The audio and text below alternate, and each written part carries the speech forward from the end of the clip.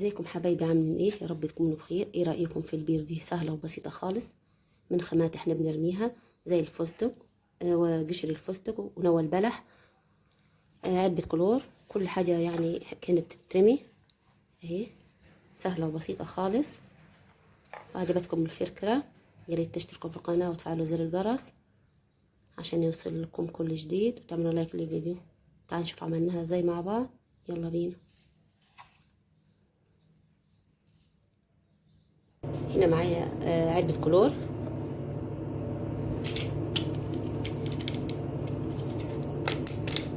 نشيل المرة دي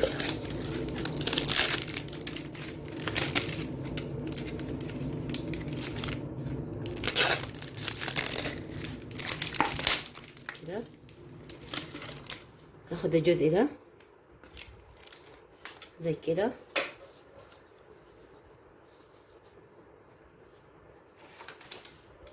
كرتونة قصتها مدورة كده، هلزقها هنا بالشمع كده.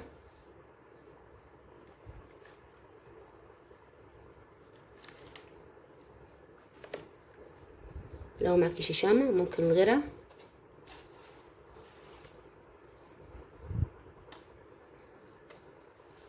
بالشكل ده. هنا معايا ده نوى بلح اهو،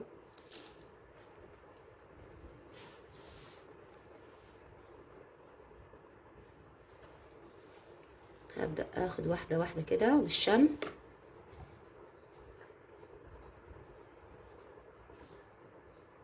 كده.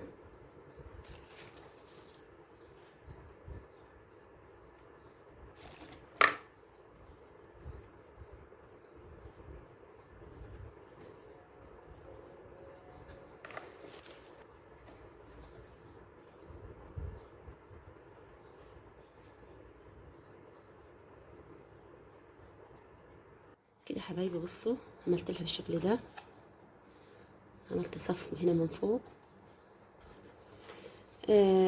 انا كان معايا كيس من النوى ده، بس صراحة مش عارفة حطيته فين.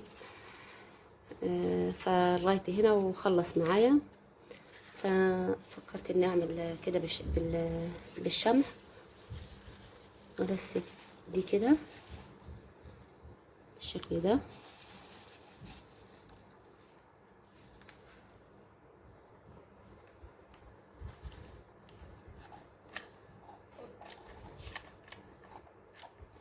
كده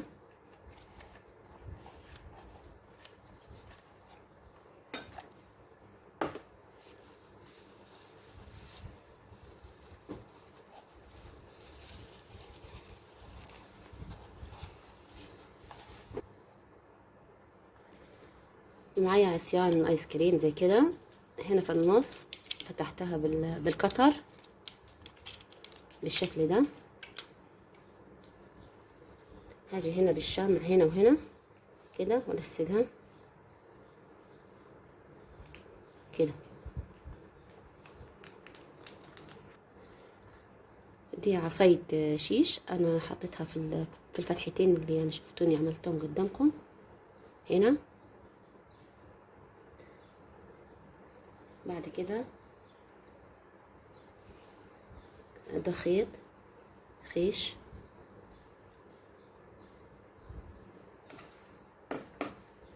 هحطه هنا في النص،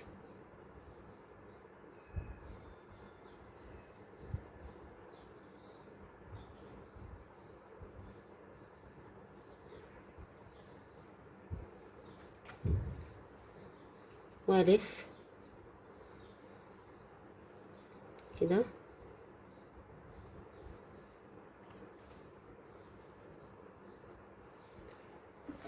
نثبت الخيط الاول عشان ما يتحركش معايا بالشمع كده.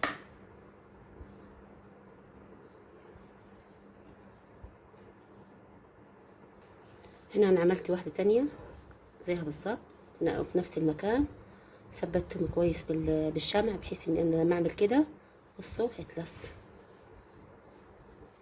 بالطريقة دي. دي غطية غطية عطر، غطية يعني اي حاجة كده معاكي موجودة زي كده. بصوا بس دي على الاصغر يعني.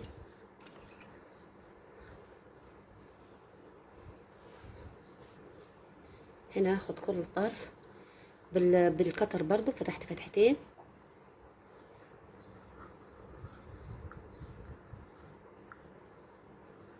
هربطهم كده الناحية التانية.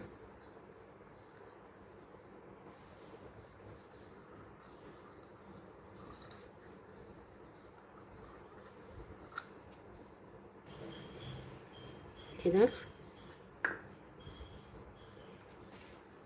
بعد كده دي ورقة كرتونة خفيفة، قصيتها عملت لها كده، هلصقها هنا بالشمع. قبل ما نلصقها نفس الكرتونة اللي انا قصيت منها هعمل كده، هقص بالشمع كده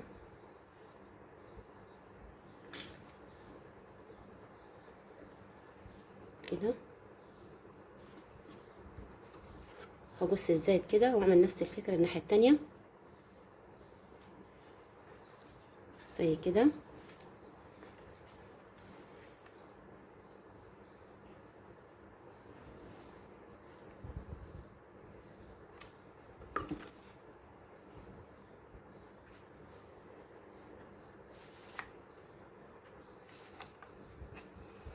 كده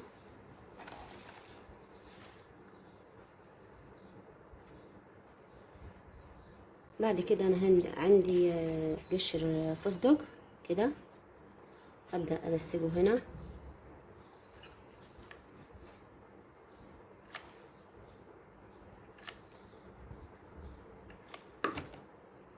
كده.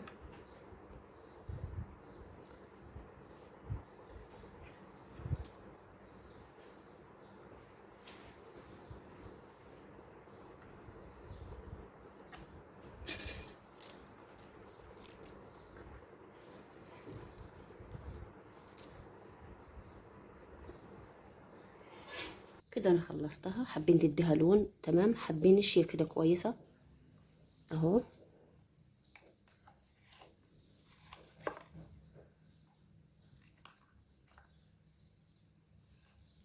فكرة بسيطة وسهلة من حاجات احنا بنرميها زي قشر الفستق ونوى البلح والغاطية وعلبة الكلور، يعني حاجات بسيطة خالص خالص. حابة تزينيها كده بردة اي حاجة معاكي كده.